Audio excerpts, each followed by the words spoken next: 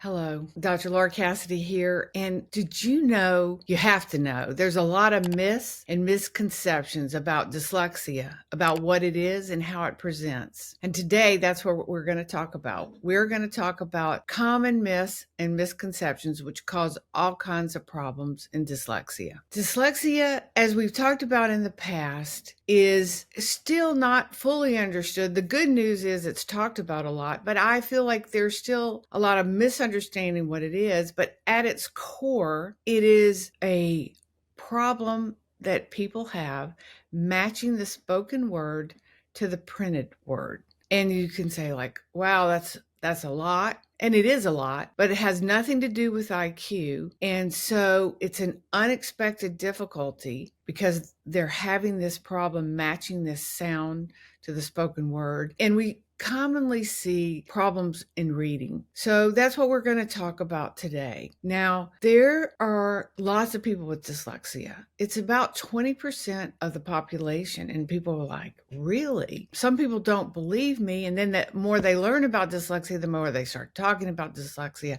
Then they meet people that have dyslexia.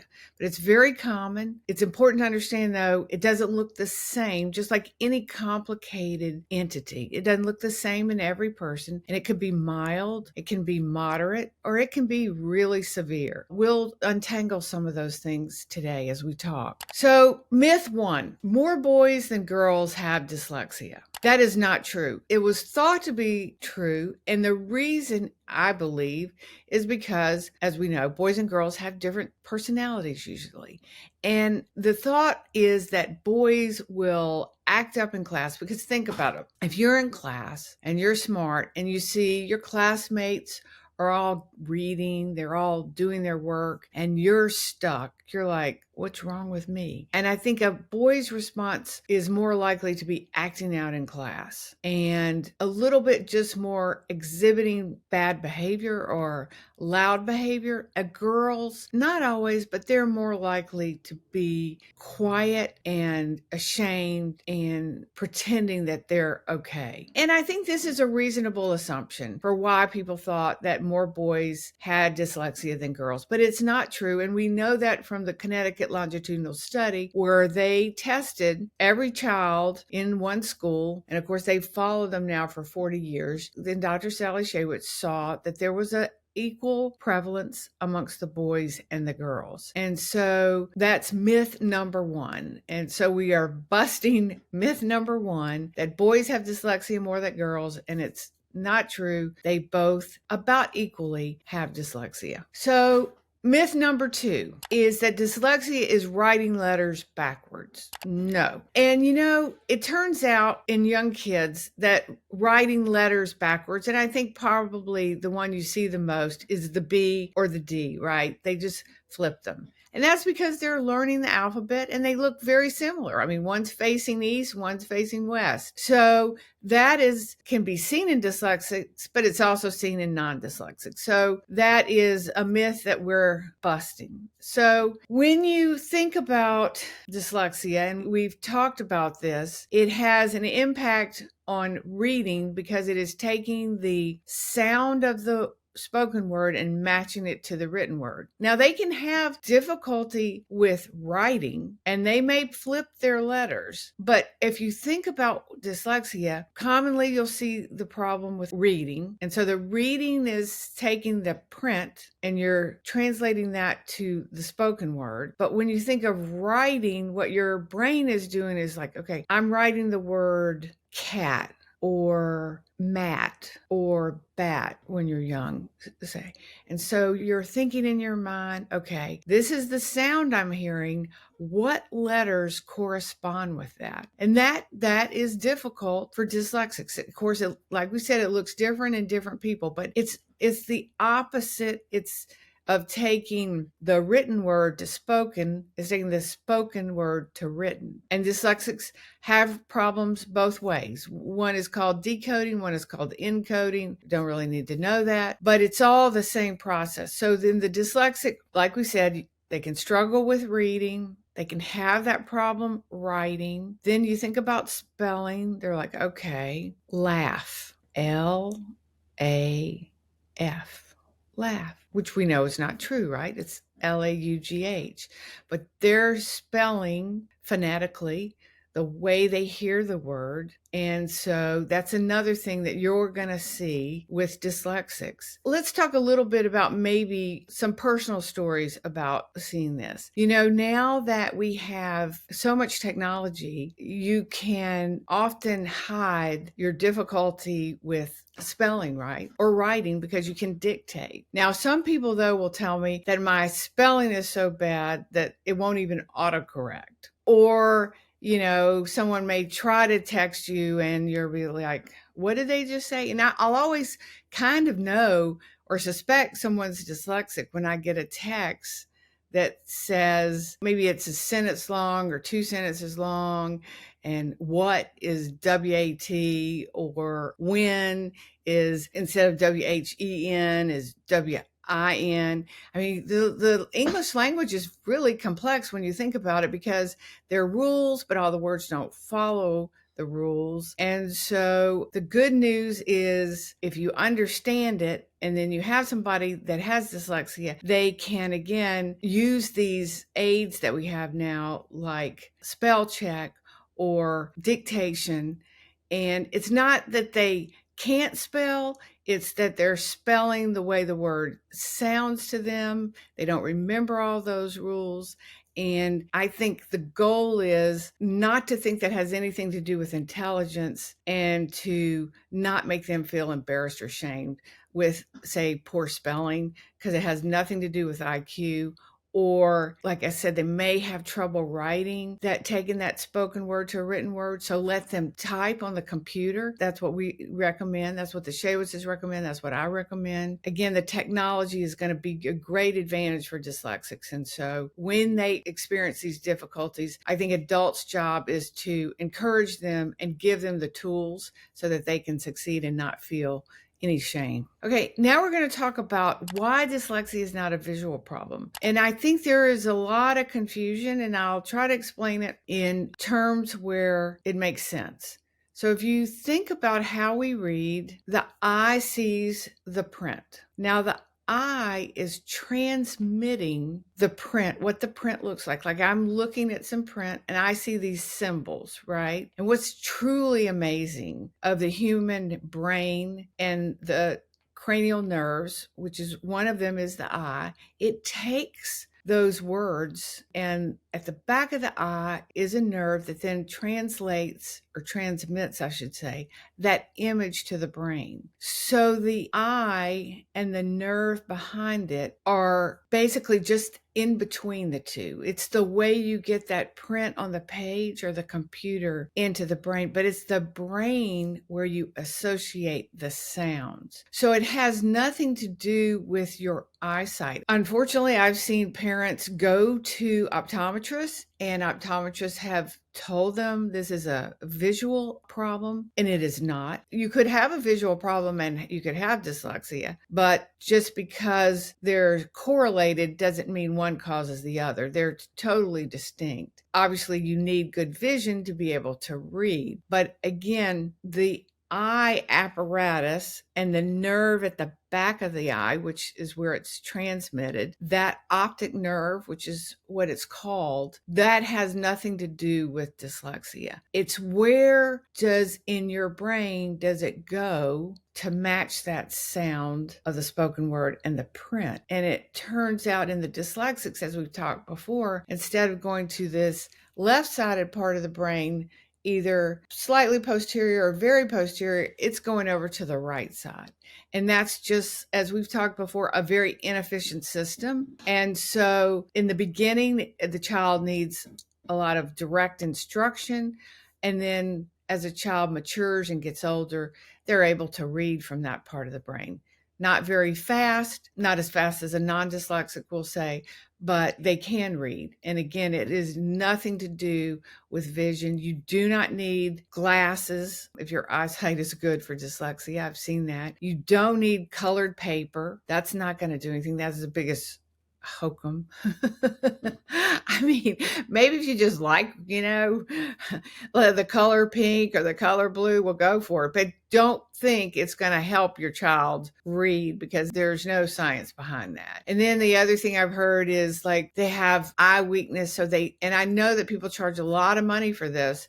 They need to have this muscle build up. And so these optometrists will charge people thousands of dollars for this child to get eye motor training. And that is not what a dyslexic needs. That is not going to help anything. So save your money. Don't spend it on muscles around the eye. Don't spend it on colored paper. Spend it on a language therapist that can give your child the direct instruction. And then, as we talked about, spend the money on technology so that you can help them with any areas of weakness. So on this segment, we're going to talk about dyslexia and why dyslexics have problems with spelling, possibly handwriting, math. And we've talked a little bit about this, but the hallmark of an adult dyslexic is a slow reader. And that's because they can read by the time they're adult if they've had good instruction or fairly decent instruction, but they're still reading from that inefficient system on the right that we've talked about. They'll usually be poor spellers. Now, depending how old the student or person is, with time, a lot of dyslexics will memorize spelling. That means if you're in elementary school, you're probably going to really struggle with spelling. And then as you get older, you'll memorize spelling, but you'll still have misspelling, but it'll be less frequently. One thing I would suggest for students that have dyslexia, for the parents and the students, to ask the teachers, one accommodation would be not to take off points for spelling. I think that is very reasonable. I've seen that done. And your job is to educate the teacher or the school on why that's not really fair. I mean, the child can't help that they're processing, reading from the right side of the brain, and it just happens that spelling isn't going to be as good. As long as the content's good, the thoughts are good. Again, I know plenty of schools that will agree to this, that spelling should be a reason to take points off of the child. There is spell check.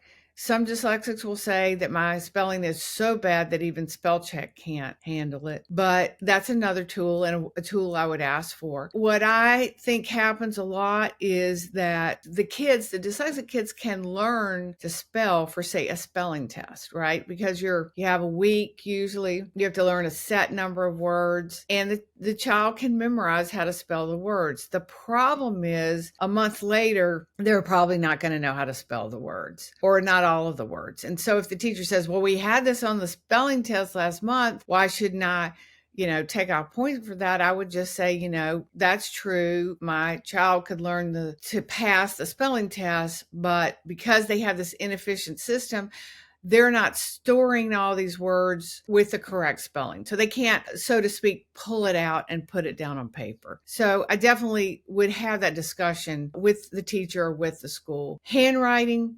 If the handwriting is difficult, I know that some of the schools will use occupational therapy. There is nothing in the occupational therapy literature. There is no science to show that occupational therapy helps in handwriting, or spelling for that matter. So I would not let them take my child out of any class for occupational therapy. They maybe can give you a few tips about how to hold a pencil. You want to make sure that that's correct. But again, the bigger issue is the child is trying to match the spoken word, and they're thinking, okay, what are the letters that go with that spoken word? And that can be a hard process.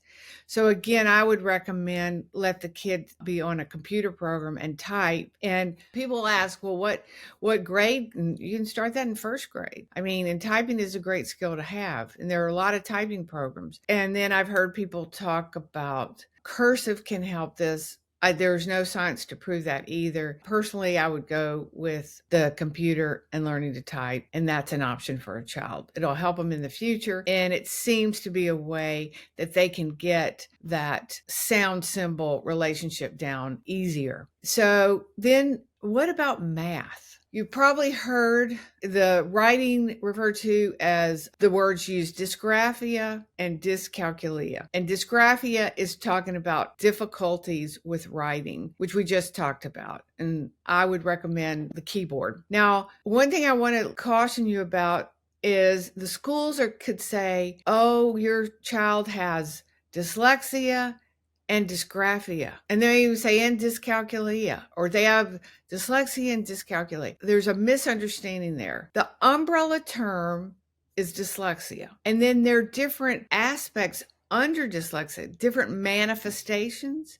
And one of them would be difficulty with handwriting. Don't let them send you down a rabbit hole. It's not something like, my child has this and this. They have dyslexia. With that dyslexia, they're having difficulty with their handwriting. The same thing with math, because what they'll sometimes do is they won't even say they have dyslexia. They'll say they have dyscalculia. So why would a child have a problem with math? Why would a dyslexic have a problem with math? And there's a couple of reasons. I think the biggest thing to understand is that math now, the math curriculum have, even at the young ages, it has a lot of language. So if your child is dyslexic, and we know this manifests itself with the problems with the acquisition of language to read. And if they can't read and they can't comprehend the math problem because they can't read, it's not that they're bad at math. They're just having a hard time understanding what is being asked of them. And there are a lot of word problems now, especially on the standardized test, but even in the standard math curriculums, which are based on the Common Core. They're very language heavy. And then the other thing is that the brain sees numbers just similar to the way it sees letters, right? They're both just marks. But in math, you're trying to put a quantity behind a number, the concept of 9 or of 3, and then it's the concept of 9 things divided by 3. So if you think about it, they have to match the number with the quantity, which again is going to be done on the right side of the brain, which can be difficult for them when they're young. And then they've got to remember, what does that divided by mean? Or was that multiplication that did that? Or what's that quotient? Or math is a lot. I have seen a lot of dyslexic students struggle with the math curriculums. And I think it's because the Common Core is so language heavy. The teachers don't understand why the children are struggling, but we encourage you to use the manipulatives so that it becomes a 3D process, something they can hold, something that they can see as a quantity rather than as a flat number that they're not really understanding the correlation behind the flat number. I hope that makes sense. And one other thing I'll say, if they do this, right, time test. And so if it's a time math fluency test, like, there are this many math addition problems or subtraction problems or both in a minute, a lot of times the dyslexic's not going to do well with that because, again, it's time. So they're thinking, pull it up fast. And then again, it's got the language. Oh, is it multiplying or dividing? Which did that go with? And then that number, that 9 was 9 marbles. And then I have to do what with the 3? Do I say there's 9? So anyway, hopefully you get the gist. And so it's helping your teacher understand what dyslexia is. All these things, spelling, handwriting, math, it's not something separate. It's all under the umbrella, the big term of dyslexia. They're smart kids, but they need either a keyboard or spell check or manipulatives for math, and they'll be able to succeed. And what you don't want that to happen, and what can happen, is if they feel defeated in reading and they feel defeated in math. That's just such an awful place for a kid to be in because they can succeed in both. A lot of dyslexics end up being really good writers, and they'll be good readers. They may not be, again, fast readers. And then there are plenty of dyslexics who can be good in math because when they get to higher math, which is more critical thinking, and not this timed, just flat numbers, they can be quite good at it. And so we don't want them to feel defeated at a young age. So it's really important that you understand it and that your school understands it so your child isn't defeated by these academics. So we're going to talk a little bit about why and when a child should be diagnosed with dyslexia, and how they can be diagnosed with dyslexia. And this is incredibly important. It's so sad that I still hear people say, we're going to wait till third grade, or we're going to do something in third grade, because that is 50, 100 years old. It's like we know so much more now, and that's harmful for the child, and it's just not true. So let's start with like a 3-year-old child or 4-year-old. So a lot of kids I know these days they may go to Mother's Day out, and then they may go to pre-K 3, pre-K 4. So they're starting to learn or they're hearing rhyming, right? They're exposed to books or nursery rhymes, and they're starting to speak at about 2. They may have been, dyslexics can often be late to speaking, not a huge delay, but late talkers. They may have to go to the speech therapist. Then they're learning again these sounds. They're hearing the ABCs, they're hearing the rhymes of the Cat in the Hat or any of those beginning nursery rhymes. So the dyslexic can't hear those rhymes. If you think about it, cat, bat, sat, it's all got that at right at the end, and it's just changing that front word. But that's that sound of the spoken word matching it to the letters. They're not getting that. So they're not hearing that rhyme. So one of the early clues would be they're not really running around singing rhyming words, or they may learn it, but they don't know. If you say like, okay, well now tell me, pull something different from the song they've learned and ask them to give you some rhyming words, or either say, give me a rhyming word with red. And they can, they should be able to say bed or Ted or lead, and they can't do that. That would be a red flag. Now, then with the alphabet, they start singing the alphabet, right? And what if they can't sing the alphabet? They don't remember the alphabet. That would be a clue. That's early language acquisition, which is so important for reading. Or they can sing the alphabet, or but they cannot write the whole alphabet, because to write it, they're not going to just memorize what all the lines mean. They've got to remember those sounds. So they're laboriously working to do, A, B, C. So they have to remember that sound, and then they've got to remember that symbol. And they may know it one day, or they struggle with it and you help them with it, and the next day they know even less. So don't get frustrated. That's just something that is definitely seen with dyslexia. And then they have to learn the sounds to the A. There's the long A, and then there's the short A, A, or B is B. So they're going to be learning all this as they're 3, 4, and 5. And those are very important signs. And so you don't have to wait till the child fails first grade reading or makes it through first and second grade, but then when it gets harder and there's more language, they fail. We see both of those depending on the severity of dyslexia. If you're seeing those signs, you can ask for your child to be tested at the end of kindergarten. Ideally, the school screens, but this is ideally, and it's not done often, quite honestly. But the Shaywitz dyslexia screener can be given to the whole class, and starting at the end of kindergarten, like say in the spring of kindergarten. And then the testing piece, the norms for the testing piece, which means when it would be accurate, can be given like that summer, like May or June or July after kindergarten. At the latest, I would say the beginning of first grade. There are a couple of reasons for that. One important reason is the academic achievement gap is present in the first grade between non-dyslexics and dyslexics. And if you think about it, if reading acquisition is built on the oral language acquisition, and they've had a hard time first speaking, then hearing the rhyming, then learning the alphabet, it only makes sense that they're behind the other kids on that starting point in the first grade, because the child has to understand that the word is an envelope with different sounds in it. The one we talk about the most, which is easy, is cat, cat.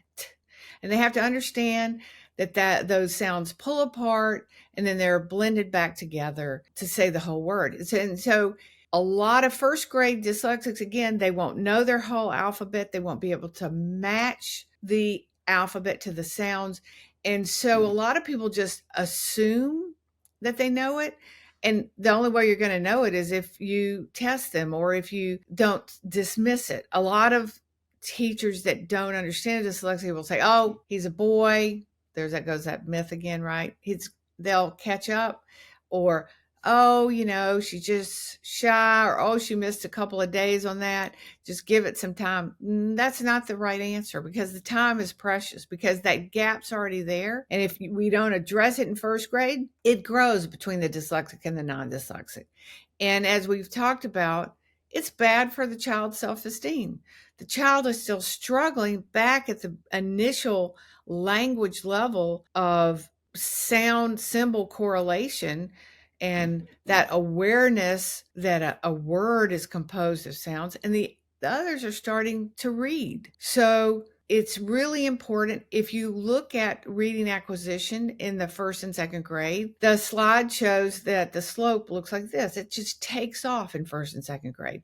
Non-dyslexics are learning at a fast rate how to read. Now that starts to taper off in third grade. It's not such a steep slope. They're still learning complex words, but that bulk, that necessary skill to then progress is done in the first and second grade with non-dyslexics. And this is really important, because if you don't have those skills, if you don't learn that acquisition, you can't in third or fourth grade try to teach the kid, "Okay, we're just going to go to this and they're going to learn how to read." It doesn't work like that. It has to start back at the basic level, that they learn to decode, they learn to pull those sounds apart and manipulate those sounds in their head and when they speak. And so postponing it is going to pull them further behind, and they're going to know it because their peers in first and second grade are going to be reading, and they're going to be able to answer the questions.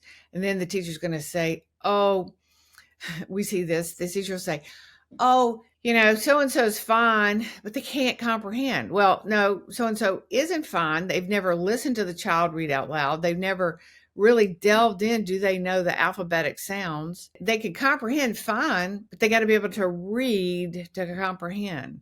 And so it's this window. K and first grade are most crucial for you to ensure that your kid, whether they're dyslexic or not, but certainly for the dyslexic, is going in this progression of single sounds, pulling apart words, decoding to bigger. And if your child is older, then depending on the age is depending what we would do to help them. And at any time, the dyslexic can learn to read. But the best time for their self-esteem and to close that gap is to have that evidence-based instruction in the first grade. Now, as far as tools, if we would talk about tools for the screening, early screening and intervention, we talked about the Shaywitz screener. That is by far the best screener because it's evidence-based. A lot of the schools are doing dyslexia screening. They're not really a proven screener as far as data is concerned, but they are progress monitoring tests. So if your child is doing poorly on any literacy screener in K1 or 2, you want to not just say, "Oh, okay, they're having trouble with this skill." And it could be like, again, that decoding we talked about. It could be sight words. It could be matching the alphabet to the sound. Don't just say, "Okay, teach my kid that," and then we're fine. You want to look deeper to see if, maybe my child does have dyslexia. They need to be screened with a Shaywitz screener, and or they just need to go to testing. There's nothing wrong with that. The key being just don't delay. The Dyslexia Resource Center has all kinds of information on the website about what you can do to help your child. You could actually, if you're interested, you could go through training yourself to be an academic language therapist. I know that's a lot, but a lot of parents of dyslexics actually do that. But we also have blogs and we have these podcasts, which will help you to either find what your child needs so they can learn how to read, or that you can do yourself to help them in the acquisition of reading. So thank you for listening to this podcast. We went over common myths and misconceptions about dyslexia. And to recap, there are not more boys than girls with dyslexia. It's actually the same. So either a boy or a girl is just as likely to have dyslexia. Reversing letters is not what dyslexia is about. You can see it in dyslexia, but you can see it in non-dyslexics. So that's a myth. That's, oh, my child doesn't, flip letters, so they're not dyslexic. No, not at all. It's much more difficult than that. There's a myth that dyslexia is a visual problem, and we went over that seeing and with the optic nerve. That's not the problem. This issue lies deep in the brain, and the child is reading from the right side of the brain rather than the left. And they can learn to read, but they have to be taught explicitly, hopefully when they're in the first grade. And they're always going to be slower readers, which has nothing to do with IQ. They're great, smart kids. And then the most common thing that is seen is that children have difficulty with reading, but it looks different in every child. And so for some children, it's difficulty with reading and or difficulty with spelling, difficulty with handwriting, or it can be difficulty in math, which was language heavy. So these are all myths.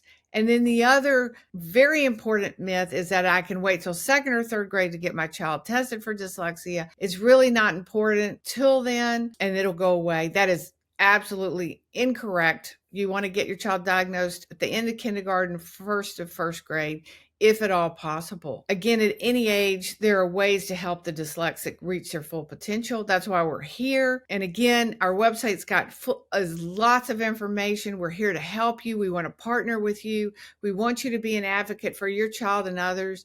And so I look forward to seeing you for the next podcast. But in the meantime, have a great day.